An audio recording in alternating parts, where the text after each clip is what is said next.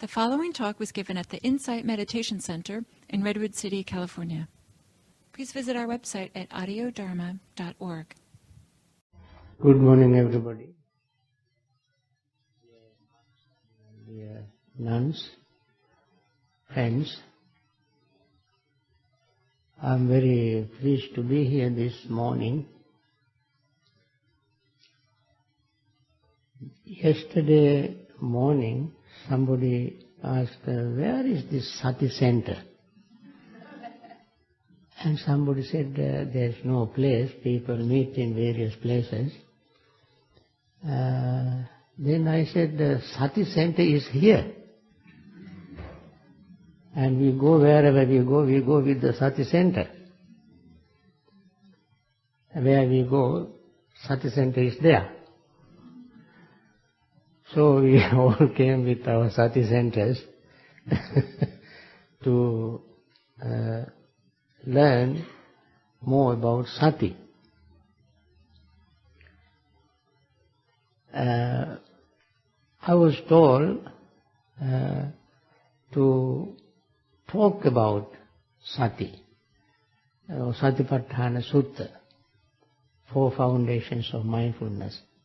Is there anybody in this crowd who doesn't know this sutta? You see? Oh, really? And you? No. You know it. I thought there may not be even one who does not know the sutta. And I found a couple of them. Anyway, this is the manual of Buddhist meditation. This sutta is so big. One is called Maha Satipatthana Sutta, that we find in Digha Nikaya. And there is another Satipatthana Sutta in Majjhima Nikaya. That's called just Satipatthana. And there is another sutta in also Majjhima Nikaya called Kaya Gata Sati Sutta. And there is a part of Mahasatipatthana in Majjhima Nikaya that is called Anapana Sati Sutta. And there is another sutta in Anguttara Nikaya called Girimananda Sutta. And in all these suttas we find very direct meditation systems. Sometimes people might wonder why Buddha has given so many discourses on the same subject. Why didn't he stick with the Mahasatipatthana Sutta, which encompasses everything? Why did he break them into groups or separate classes, sections? Well, the answer is very simple. Buddha lived for 45 years to teach Dhamma, and he met thousands of people with different background, different mentality, different state of spiritual growth, and different attitude. Just as he saw, as soon after he attained enlightenment, he saw the whole universe like a pond full of lotus. Some are right at the bottom, buds. Some have come few inches above the mud, and some have come halfway in the lake, and some have come to the top and waiting to get one first ray of sun to open. These 4, remember these 4 is very important. These 4 stages are categorized as in Pali, Uggatitanya, Vipanchitanya, Neya, Padaparama. Uggatitanya means ones who are at the very first touch with the Dhamma, very first touch with the Dhamma, attains full enlightenment. They are like those lotus buds that are out of water, waiting for the sun to open. And the second is called Vipanchitanya. They are halfway. They need more time to grow, mature, to open. Similarly, some people need more explanation, description, guidance, instructions, time to attain liberation. And the third lotus are a few inches above water, and they are like the people of that type are called Nyaya. Nyaya are the kind of people who needs more explanation, detailed explanation, guiding them, holding by hand, dragging them, giving a lot of encouragement, a lot of discussions, a lot of reading and so forth. And the last is called Padaparama. Padaparama is a very interesting word. Pada means words, Parama means the best. And their best is words. Most people, 99.99% are Padaparamas. They like to read and read and read. They say, I have read 20, 50, 100 Buddhist books. Have they learned anything? They read Buddhist books like novels, newspapers, trash, and read once and throw away. And afterward they get tired of reading. They even don't want to read Buddhist books. But they like words. Then read another book. Go to this meditation center, Sati center, spirit center, so forth and so on. Go to various places and do what you call meditation, window shopping. And never learn anything, never stop, never practice. And they can linger in samsara forever. They are called Padaparamas. Now, how can I relate this to these different Satipatthanas, different discourses on meditation? When Buddha met people, he found this kind of people. Some are ready to attain enlightenment right away. Like Bahya Daruchirya. He needed only very few words. Right away he attained enlightenment. Others like Sariputta's disciples. Buddha took some time to explain things. Even Sariputta could not explain. And others like Chanda, who needed even reprimanding and punishment for him to attain, like Venerable Ananda. Until Buddha passed away, he did not attain enlightenment.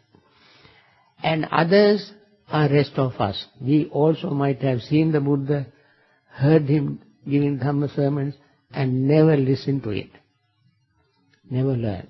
And we are still in samsara. So Buddha met all these different people and gave different discourses for them to practice. Mahasatipatthana is the one who delivered to people of all kind of mentalities, giving very broad basis of meditation instructions.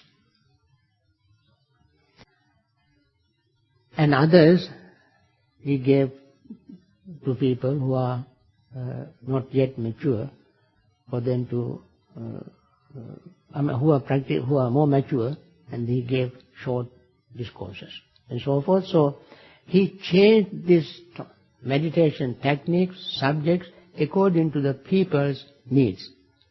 That's why there are so many meditation discourses on meditation. Now, with this introduction to Mahasatipatthana, let me go to the Sutta. Mahasatipatthana Sutta we learn by heart before we learn the language, before we learn to speak. How? Our parents, every morning when they wake up, when we wake up we hear our parents reciting something in Pali. On full moon days, new moon days, quarter moon days, they observe the precepts, going to the temple. And they take us with them. We don't know anything, but they sometimes put us on their lap or made us sit next to them. And they recite Mahasatipatthana. So we learn it, but we never knew one word of it. But we memorized. I learned to put it into practice because of one very unforgettable traumatic experience in my life. I have mentioned it in my book. I had a photographic memory that in 15 minutes I could read the 200, 300 page book and memorized everything.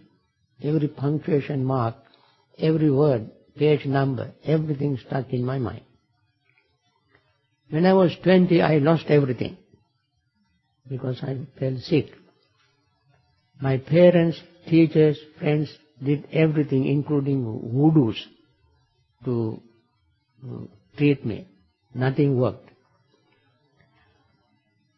Then, since I had memorized the Mahasatipatthana Sutta, I thought perhaps if I meditate, I might regain at least some of my lost memory. Meditation at that time in my age in Sri Lanka was a taboo. Young monks of my age would never meditate. If they see me meditating, they would tease me to death. So, until they went to bed, 4 of us were in our room, and until other 3 went to bed, I stayed. When everybody went to bed, turned off the lamp, and I sat and meditated. Believe me, after about 6 months meditation, I began to feel something happening in my nerves, like little insects crawling through my skin, under my skin. Then I thought, this may be something good happening to me. I went on meditating. After about an year, when I lost my memory, you believe me, you may not believe me, when I lost my memory, before losing memory, I had learned Sinhalese, Pali, Sanskrit, Tamil, English and Hindi alphabet. 6 languages. I was fluent in these languages. But when I lost my memory, I could not recognize alphabet of any of these languages. If I saw somebody and 5 minutes later, if he goes away and comes back 5 minutes later, I would not recognize him. Under these conditions, I started meditating, using Mahasatipatthana Sutta method. And after about 1 year, I began to recognize alphabet and people, and slowly my memory came back. This encouraged me to continue my meditation, and since then I have been meditating. The more I meditated, the deeper my understanding became, and deeper was my understanding of Mahasatipatthana Sutta. And therefore I like all these words I mentioned to encourage you to go back to Mahasatipatthana Sutta. If you don't have a teacher, meditation teacher, don't worry. Read Mahasatipatthana Sutta, word by word, line by line, not like reading a novel. Read, pause, think and meditate. Now let me begin the sutta again. I keep coming back to sutta and again going out of it. All this I do for you to remember how vigilant you should be, how diligent you should be in learning and practicing this particular discourse. And it begins with Ekayano ayam bhikkhave maggo sattanang visuddhya. It begins with giving the purpose of meditation. Purpose of meditation. Practicing this discourse. Instruction given in the discourse. There are fivefold purpose. 5 purposes. What are the 5 purposes? Sattanang visuddhya. For the purification of beings. Because our minds are full of garbage, full of dirt. It needs lot of detergent. And this very strong detergent is recommended in this discourse to cleanse the mind. Why do we want to start with that? Because that is the source, that is the beginning of all our problems and all our liberation from problems. So we have to begin with cleaning the mind. That is exactly what you read in the Dhammapada. The first stanza in the Dhammapada, this is what you read. And this is what we learn in entire Buddha's teaching. First is Sachitta Pariyodapana, purification of mind. That is the first purpose. You can understand why we want to purify our mind, because all our problems begins from the mind. The mind is the root of all our problems. We can never find root of problems anywhere outside our mind. Although we may try to point finger at someone, somewhere, but the problem really are in our mind. Second, Soka Pariddavanam Samatikkamaya, to overcome sorrow and lamentation. We practice mindfulness, meditation. Third purpose is Dukkha Domanasanam Attangamaya, to overcome suffering and disappointment, displeasure. Fourth purpose is to tread Nyayasa Adhigamaya, to follow the right path. What is the right path? The Noble Eightfold Path. Nyayasa Adhigamaya. The last purpose and the supreme purpose of all is Nibbanasa Satchikiriyaya, to attain Nibbana. Just remember, the goal of this meditation is very lofty goal. The best goal, the highest goal. You may think, well, it is not possible within this life. Let it happen somewhere in future. Even if you think that you cannot attain in this life, the practice will not become meaningless. You at least become good Padaparama, who will attain enlightenment in future in samsara. But the practice will never become meaningless. When you aim at the best, if you don't gain the best, you can at least gain the second best. If not third best, you gain something if you aim at the best. So remember, these are the fivefold purposes, 5 purposes of this practice. And for that Buddha said, Ekayano ayam bhikkhave maggo. for this, attaining these 5 purposes, there is a one direct method. There are many ways of attaining many things. They will lead you to many places. If you want to go to heaven, you don't have to practice meditation if you want to go to heaven. All you have to do is 3 things. Satchang bhane, nekujjeya, dajjapasmimpi yachito, ete hititane, gacche devana santike. If you want to go to heaven, you don't have to be a Buddhist. You don't have to be a meditator. You can be a Christian, Muslim, Hindu, Jewish, anybody, even without religion. You can go to heaven. All you have to do is to do only 3 things. What are the 3? Satchang bhane, speak the truth.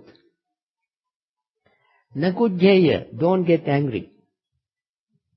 Dajja pasmimpi yachito, give whatever you can when asked.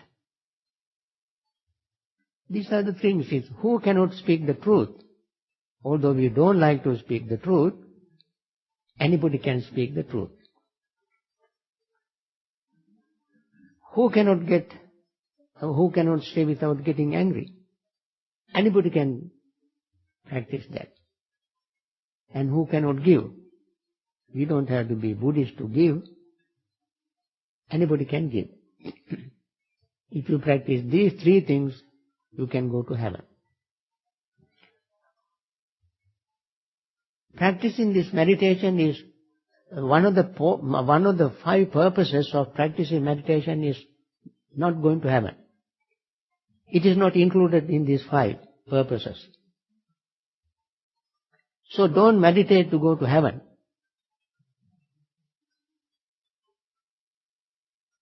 And there is a way to go to heaven, and there is a way to go to Nibbana. To go to Nibbana, there is only one direct method.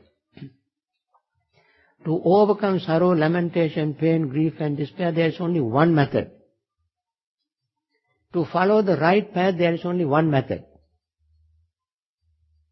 To purify the mind, there is only one method. To attain liberation, total liberation, without any residues left behind, is meditation.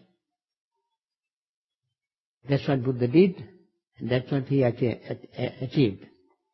So without any hesitation, reservation, Buddha mentioned at the very outset, this is the only direct method. Other methods are indirect. You can perhaps, through samsaric lot of practice, you may, but direct, this is the direct method. And in this direct method, Buddha mentioned many things. One is to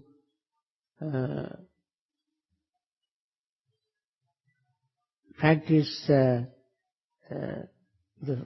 become mindful of the 4 foundations.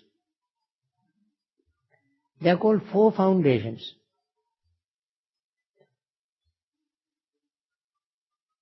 And in the Buddha's discourse, I like also to mention the reason why it is called sutta. These are called suttas. Why they are called suttas? Sutta is like a suture that you stick. You use suture to stick.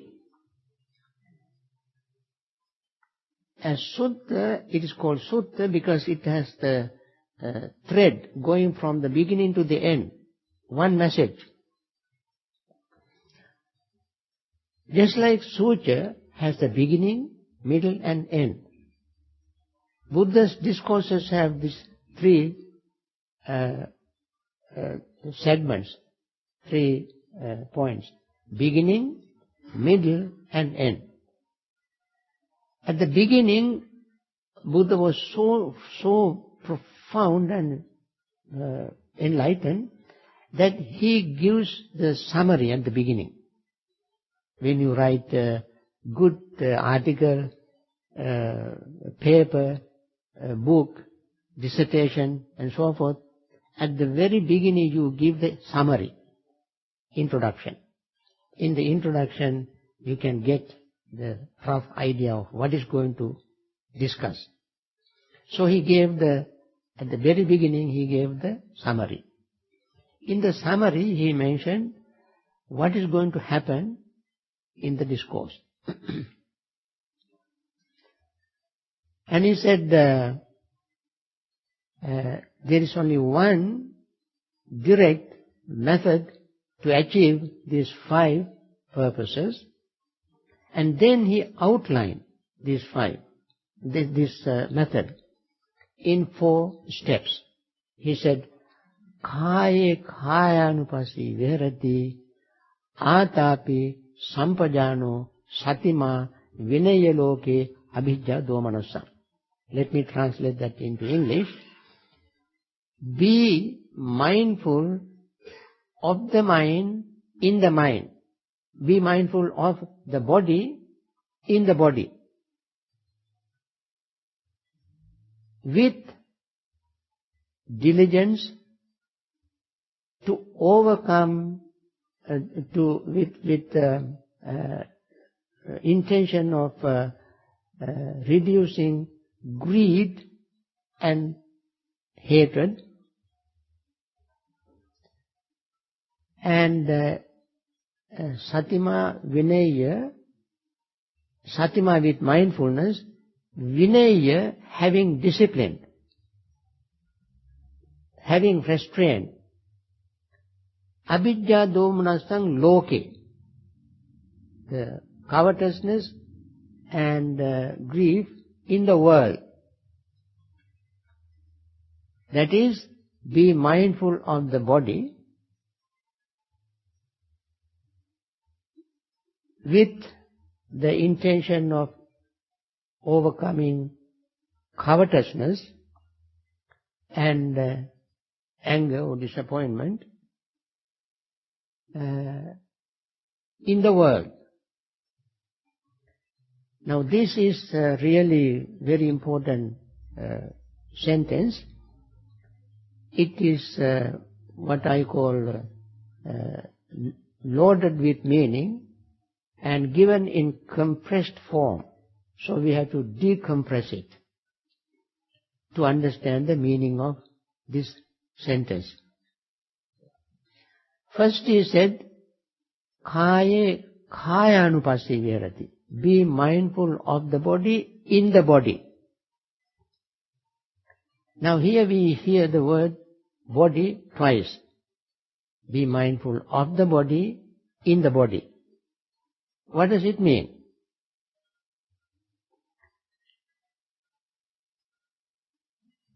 And to make it more meaningful, this particular section is divided into 6 categories to make it meaningful. So, each part is a body in the body. For example, he began with the breathing. We will explain all these things in detail later on. At this introductory talk, I want to give this as an example. It started with the breathing. Breathing is a body. It's called breath body. According to Ānāpānasati Sutta, mindfulness of breathing discourse, and according to Chula Vedalla Sutta, Chula Vedalla is a discourse delivered by a bhikkhuni Dhammadinna to her for her ex-husband, Visakha, and in these places the breath is explained as a body. It's called breath body. So, breath body is in the body. So be mindful of this breath body which is in the body. That is why the word be mindful of the body in the body is mentioned. Similarly, be mindful of the feelings in feelings. Vedana su vedananupassi virati. Be mindful of the feeling in the feelings. One is plural, one is singular. Why is that? Because we pick one feeling at a time among many feelings. We don't deliberately pick. When feeling arises, if one feeling is more stronger, more powerful, that naturally drags our mind into that feeling. And then become mindful of that feeling. We cannot be mindful of all the feelings. One feeling at a time becomes more conspicuous than other feelings. When it is more conspicuous, whether it is pleasant or unpleasant, mind naturally is attracted to it, dragged into it, goes there, and be mindful of that. Then, chitte chittanupassi virati, be mindful of the mind in the mind. Similarly, we cannot become mindful of the mind, but we can be mindful of the mind when we notice contents of the mind. And there are various things happening in the mind. When one particular contents, one particular thing arises in the mind, then we become mindful of that in that mind. That also we will explain if we have time today. And the fourth is be mindful of the Dhammas, mindful of Dhamma in the Dhammas. Dhamma also are many. When one particular Dhamma arises, be mindful of that Dhamma at that time. For this reason, Buddha used this particular sentence in each foundation of mindfulness. That sounds very difficult one, but and also people say, when we say these things, people say it is easier said than done. But from my experience, I say it is easier done than said. If you do it. If you don't do it, you simply say, you simply brush it aside, shun it aside, and say, well, who cares? We cannot do it. It is just like you try to teach me how to swim, and see how long you take to tell me how to teach. I can never swim. I have never learned. But for you, very easy to swim and show me how to swim. So it is easier for you to swim than telling me how to swim.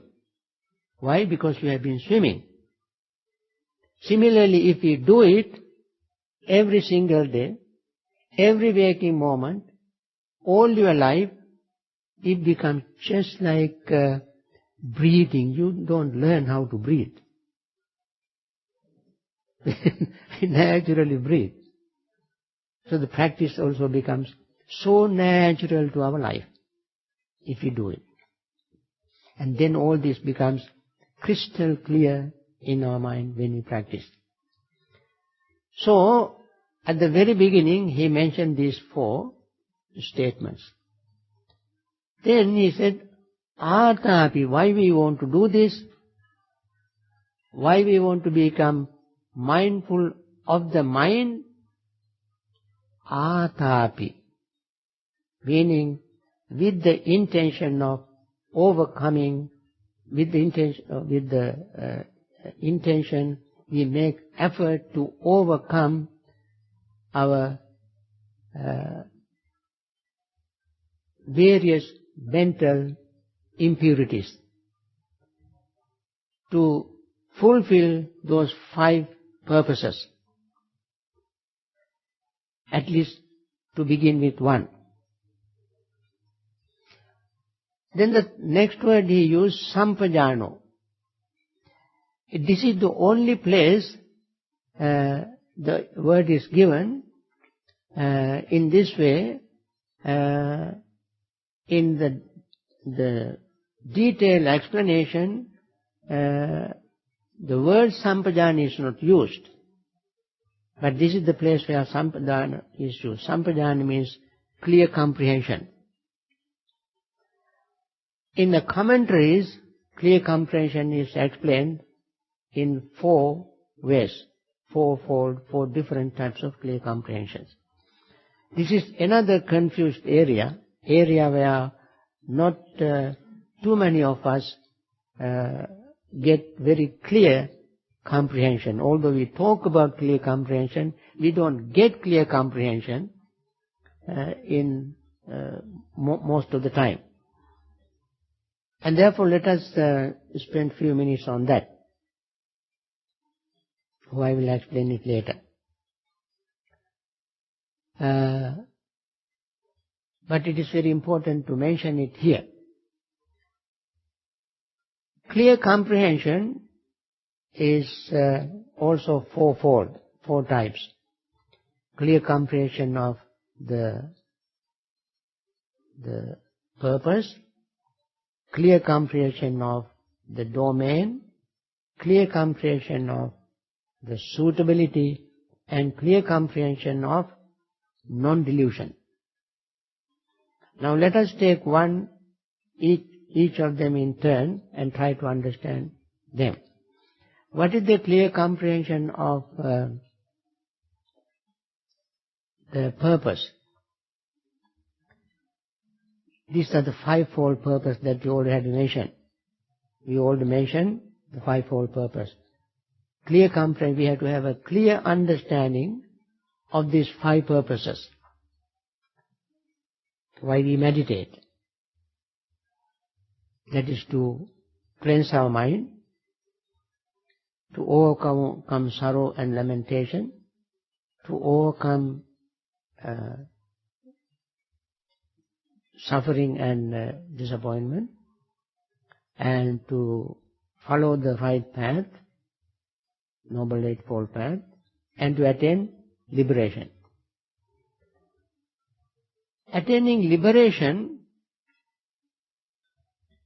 is the tastiest things in all tasteful things.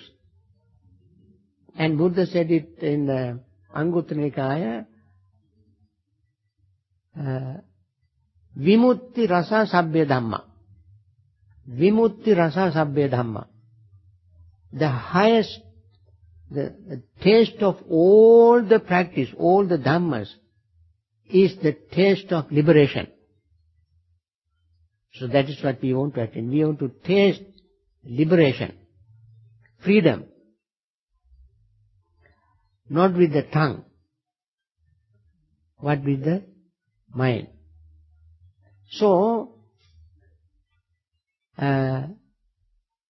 these are the 5 purposes we have to keep in mind. That the understanding, clear comprehension of the purpose. Then, when we practice this, we must ask the question, I practice this part of meditation, I practice mindfulness of the body. Does this practice of mindfulness of the body help me to purify my mind? Ask the question, the purpose. The first of the four clear comprehensions. The first is to have good understanding, clear understanding of the purpose. And this is, for this reason we mentioned the purpose at the very beginning. We said the purpose is to purify the mind. When we practice mindfulness of the breath, mindfulness of the rest of the body, we must ask, does this practice purify my mind? Keep asking this question.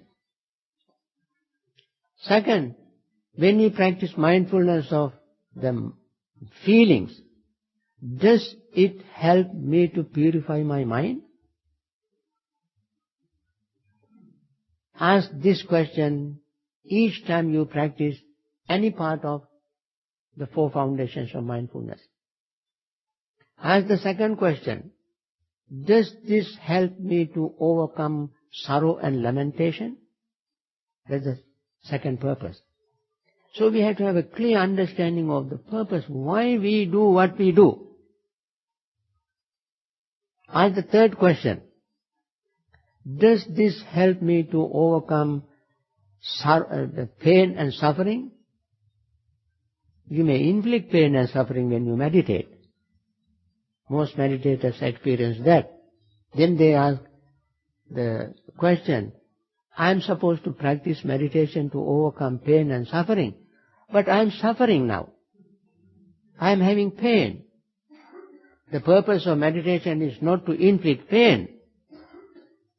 At the very beginning, Buddha said purpose of meditation is to get rid of pain.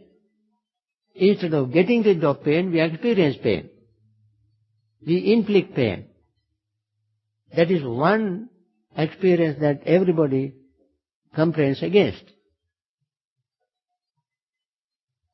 Some people even given up meditation, give up meditation. They say they go to for weekend meditation. Weekend meditation is actually one day meditation just like this one. All they get during that week is pain. Then they leave the meditation center, meditation place, saying that all I got this meditation is pain. I don't want to meditate, to get pain. But the purpose of meditation is mentioned at the very outset, is to get rid of pain. So, we have to understand the real purpose of meditation. You cannot have pain or you cannot have pleasure without pain.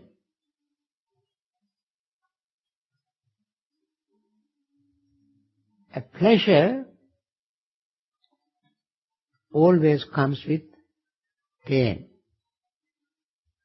The purpose of practice meditation is not to increase pain, but to overcome pain.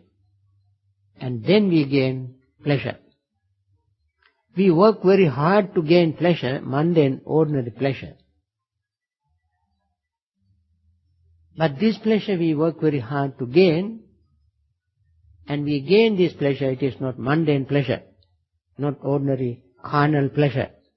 Pleasure with greed, hatred and delusion. This is the pleasure, spiritual pleasure. Pleasure of freedom. So we go through little difficulties. Then we ask the fourth question, does this practice fulfill the fourth purpose? What is the fourth purpose? Following the right path. Right path. Does this practice put me on the right path? What is the right path? Path to liberation. Path to freedom. And the fifth question we must ask, does this practice help me to liberate my suffering, liberate my defilement, liberate myself from all kinds of defilements? So we have to have a full, clear comprehension, understanding of the purpose. That is the number one of the four purposes. The four clear comprehensions. Second clear comprehension is even more important. What is that?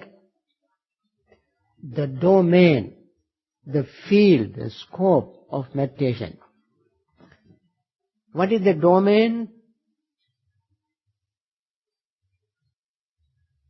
The domain of meditation is nothing but our own five aggregates: form, feeling, perception, volitional formations and consciousness.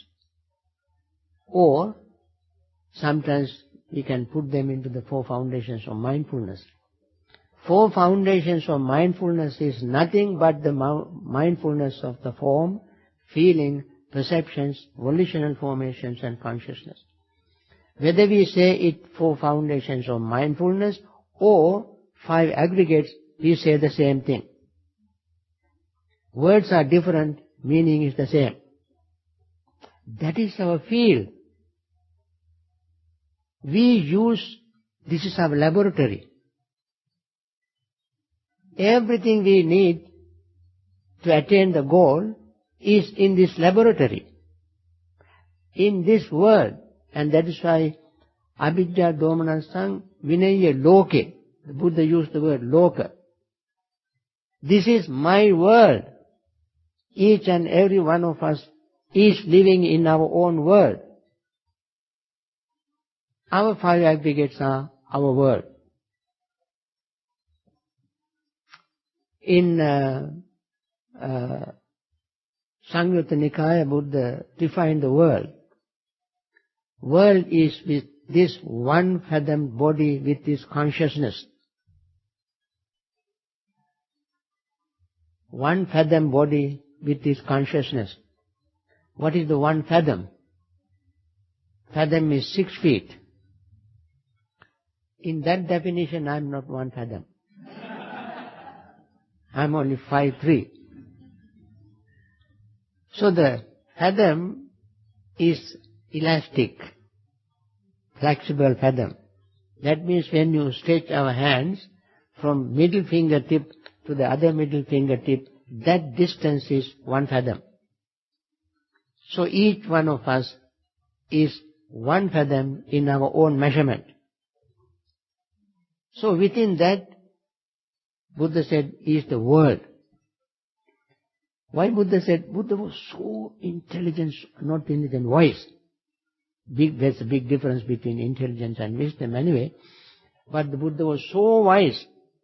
He gave the world in a nutshell. And the whole world is here. What you find in outside world is here. So, covetousness and grief in the world means we are not going to remove the covetousness of other people. Reduce greed in the world. You can never do that. Many a time people say, I want to get involved in what you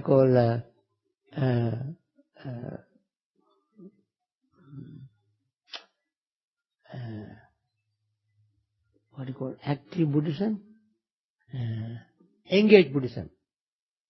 I want to engage in Buddhism. What do you want to do? Go out and tell people to reduce their greed, hatred, delusion, and keep going out, doing that. And they say, reducing greed, hatred and delusion in the world, so that I can live peacefully. If there is no greed, hatred and delusion in the world, I can live peacefully. Therefore, let me go out and reduce greed, hatred and delusion in the world. And it is like somebody who wants to walk on the earth were to say, let me cover the entire world with leather so that I can walk without getting my feet hurt on rocks, thorns, rough areas, without getting burned and so forth. Let me walk. So let me cover the whole world with leather. And somebody would say, Mister, it's not going to work. On the one hand, you cannot collect enough leather to do that. On the other hand, before you collect enough leather, you will die. Because you don't live that long. Thirdly, you have to kill so many animals. There may not be that many animals that has that thick leather. And therefore, what you should do is to cut piece of leather and make a pair of shoes and then walk. That will work. That is the Buddha's method. That means reduce greed and hatred in the world, in our world. When I reduce my greed and hatred and delusion, I can move among people who have greed, hatred and delusion without being affected by their greed, hatred and delusion. And that's what the Buddha did. So, the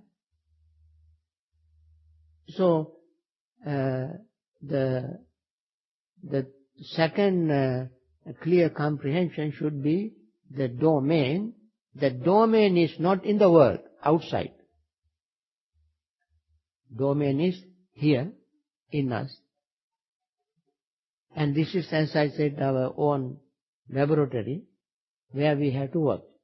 Normally people don't like to use their own laboratories.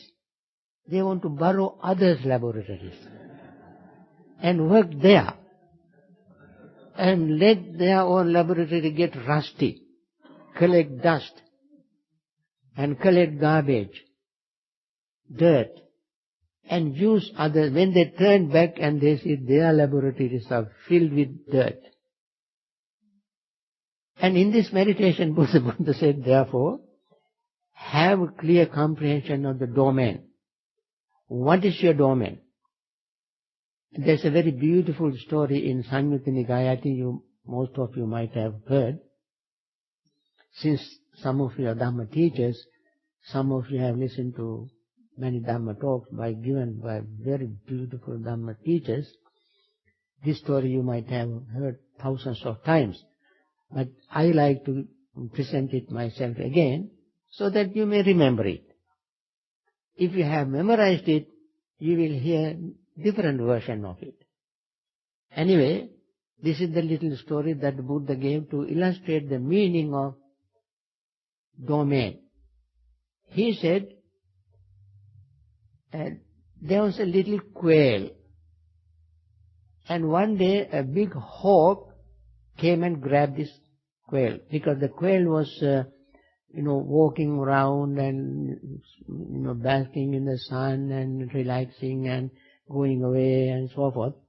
So the hawk came and grabbed him and took him away. When he was being taken away, the quail said to himself, today is my bad day, unlucky day, and this fellow is going to kill me. Had I been in my own domain, this quail would not be a match in fight. I could have defeated him very easily had I been in my own domain.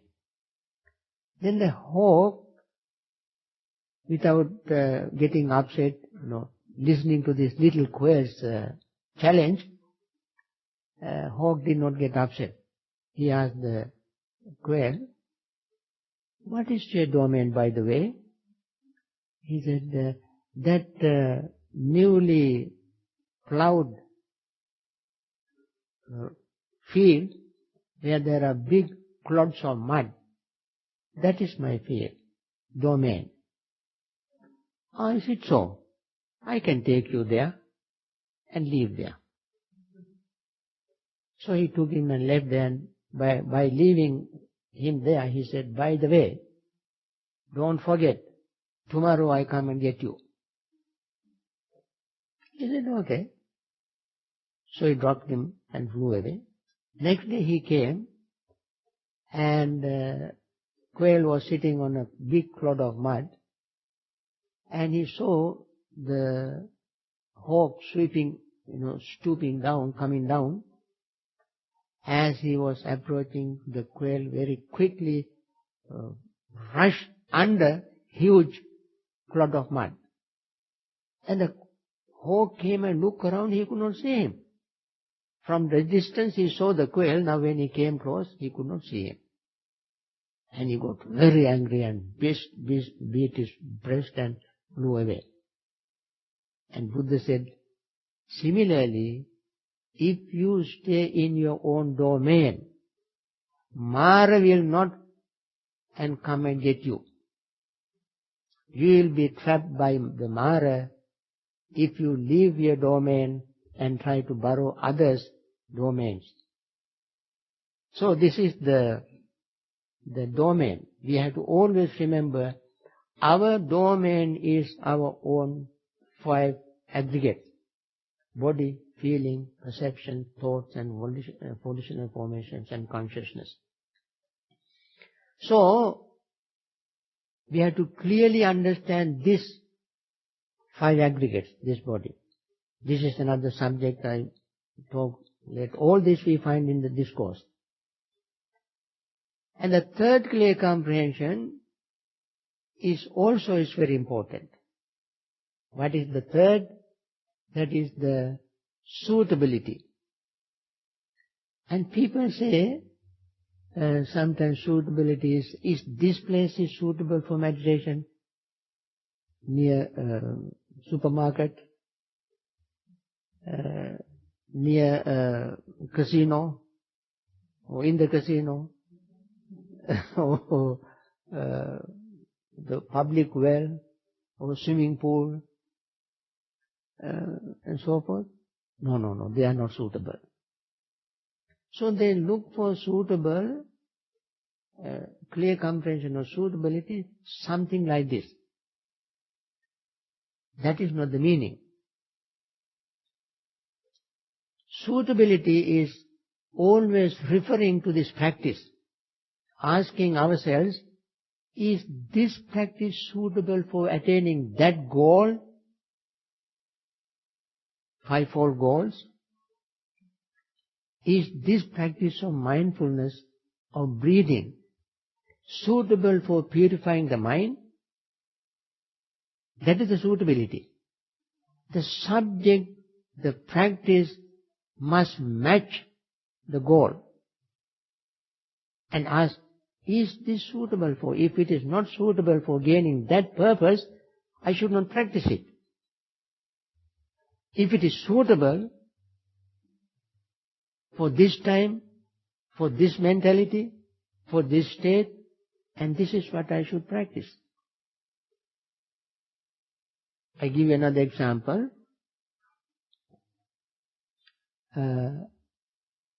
Suppose you practice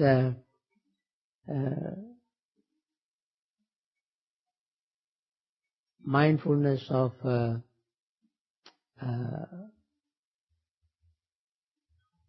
body,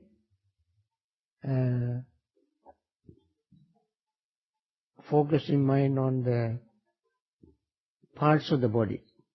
This is another big subject of meditation, parts of the body. When you practice the meditation on the parts of the body, all of a sudden, instead of reducing your lust can increase. At that time, you should be able to ask yourself, is this practice suitable for me at this time?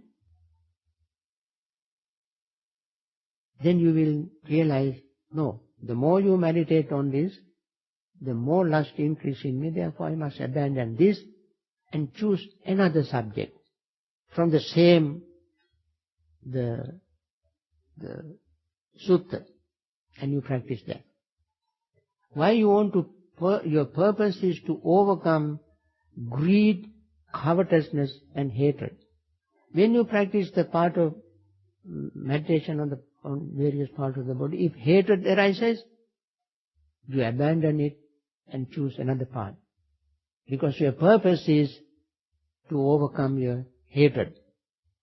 So, suitability also must match the purpose and the subject.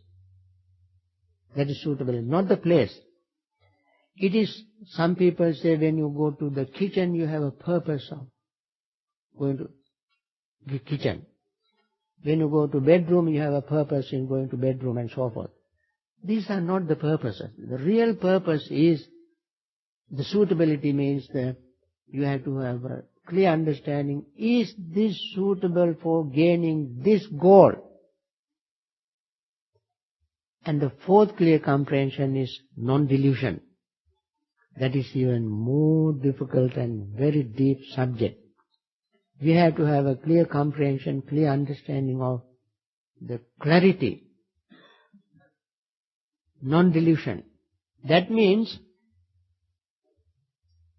when we practice meditation, this one of the four foundations of mindfulness, whichever it is, if we begin to relapse into the belief that there must be something permanent,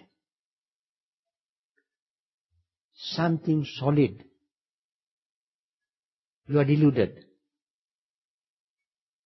And you should be able to penetrate that solidity, that permanency, to see the impermanence and non-solid state. That means the practice is to penetrate the veils and the blocks, going through into the reality. So, these are the four clear comprehensions. Then, satima. Satima vinaya loke abhigya domanassa. Kaya kayanupassi virati atapi sampajano. Satima. Satima is being mindful. Being mindful.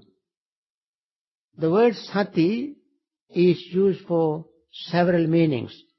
One meaning, I have given some explanation in my Mindfulness in Plain English, in chapter 13. I have spent a lot of time in explaining it. I advise people to read that. Sati, mindfulness. Among many meanings, one meaning is non-conceptual or pre-conceptual awareness. To see things exactly as they are without distortion. What do we mean by seeing things as they really are?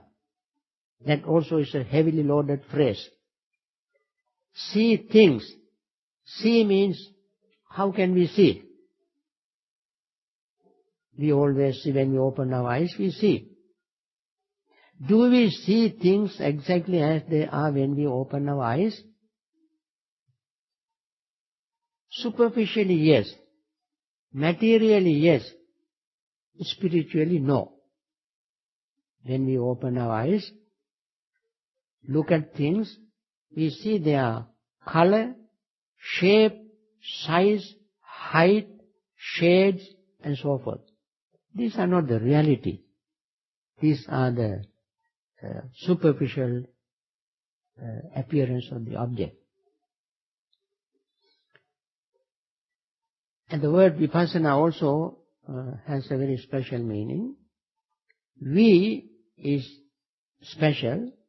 Passana means seeing. That means seeing things as they really are. Seeing here is not with eyes open, but with eyes closed. This must be very special seeing. Seeing things with eyes closed. We see, when we close our eyes and open our wisdom eye, like a platypus. You know platypus living in Tasmania? This animal looks like a beaver. it lives in water. It's a mammal, breastfeeding babies. And this animal, when he approaches a prey at a accessible distance, he closes his eyes. When he closes his eyes, there is a device right in the middle of his forehead, above his nose, and that device opens and sends electric current to stun the animal. Then he opens eyes and catches the prey. But he has to close the eyes when he approaches the prey, to open this device to stun the animal. Similarly, when we close our eyes, close our ears, close our nose, close our mouth, close our body, and focus what really is happening in the mind. We cannot plug our ears, we can hear sound. And they convert inside, and something is happening inside. We can watch it. When we pay this undivided, non-verbal, preconceptual attention to the sound we hear the change. We experience impermanence. When we open our eyes goes here and there and bring a lot of information from outside and distort our awareness of impermanence. When we close our eyes and just pay attention, non-verbal, non-labeling, non-conceptual attention, we can exactly experience the changes. Just like when you listen to music. If you want to enjoy music, don't criticize. Don't have a commentary. Don't use words. Just listen. You can really enjoy music. If you start commenting, verbalizing, conceptualizing, criticizing, commenting, you never enjoy. This is much deeper than that. To understand the true nature of something here means not outside, something in this body and mind, just pay attention. This is called sati, one meaning of sati. In vipassana, there is another word to understand, to make mindfulness or vipassana more meaningful. That is anupassana. Anupassana. That is why the Buddha used the word kaya anupassi viharati, vedanasu vedana anupassi viharati, chitta anupassana viharati, dhamme dhamma anupassana viharati. So we combine these two words, kaya anupassana viharati, vedana anupassana viharati, chitta anupassana viharati, dhamma anupassana viharati. And even to make it even briefer, we said kaya anupassana, vedana anupassana, chitta anupassana, dhamma anupassana. In all these we have the word anupassana. What is anupassana? We have to understand the meaning of anupassana to understand the meaning of vipassana. Vipassana means seeing in a very special way. Anupassana is seeing it as it is happening. No before, no after. Simultaneously with the happening, the mind must be able to register what is happening. not before nor after. And sometimes this is explained in being aware of the present moment. Present moment is not the past nor in the future, but in the present.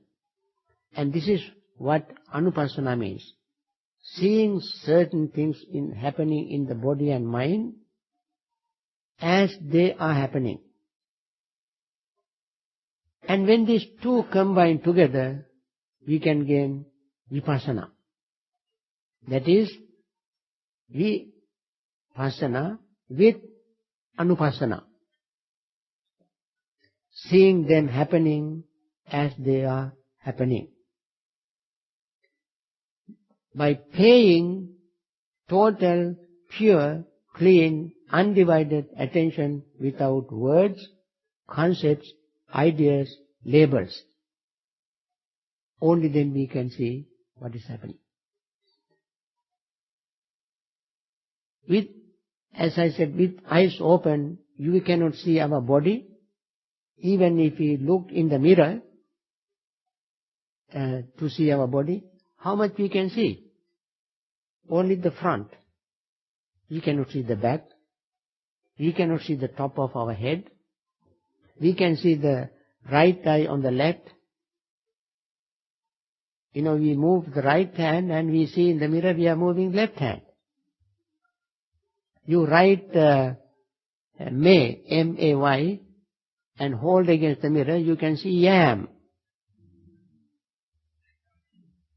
If you write key, K-E-Y, and hold against the mirror, you can see yak.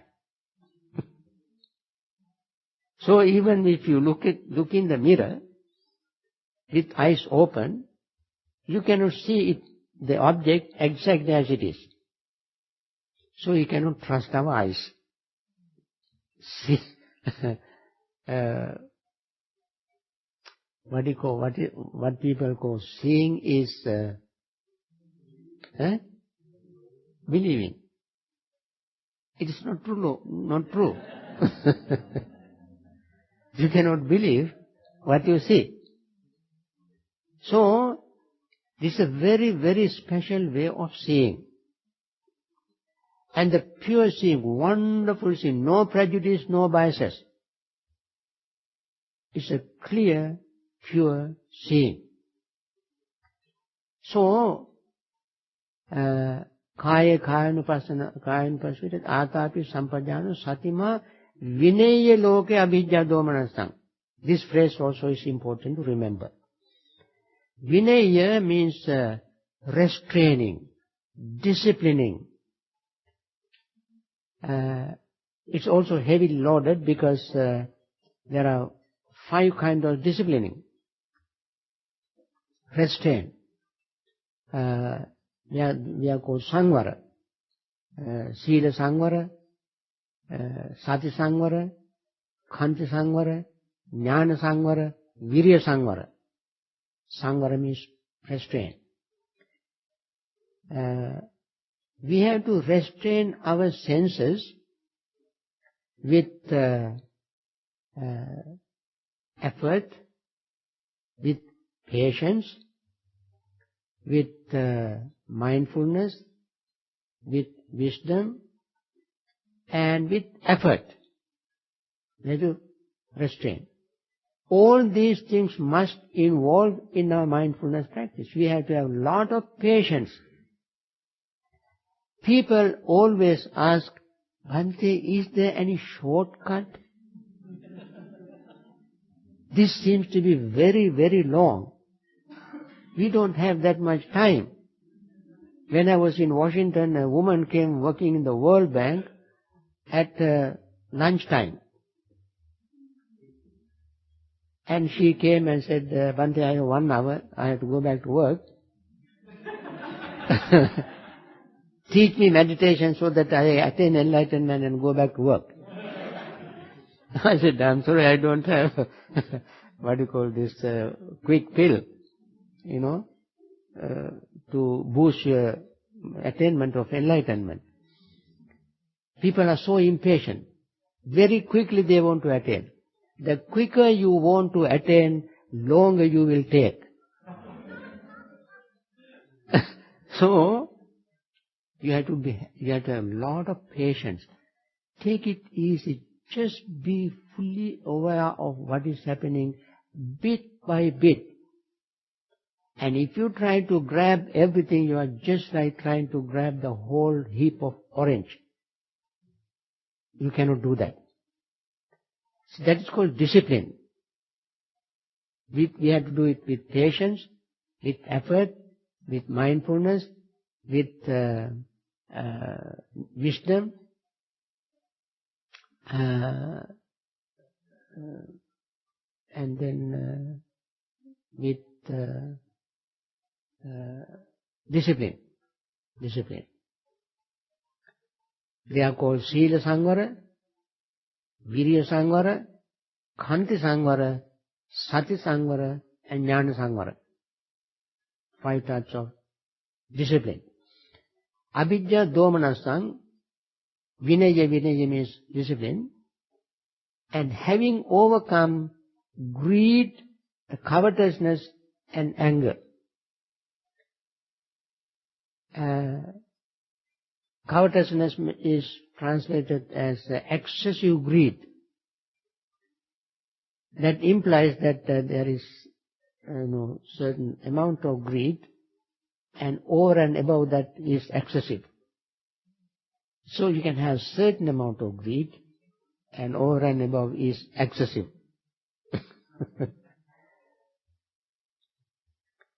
Actually, it simply means gross greed. Gross greed. We cannot eliminate greed all of a sudden, but at least try to overcome this oozing, very gross type of greed. Other greed will slowly vanish eventually when you overcome the, very gross part. So, I think I'm supposed to stop the talk now, this morning. This is the introduction to the Mahasatipatthana Sutta.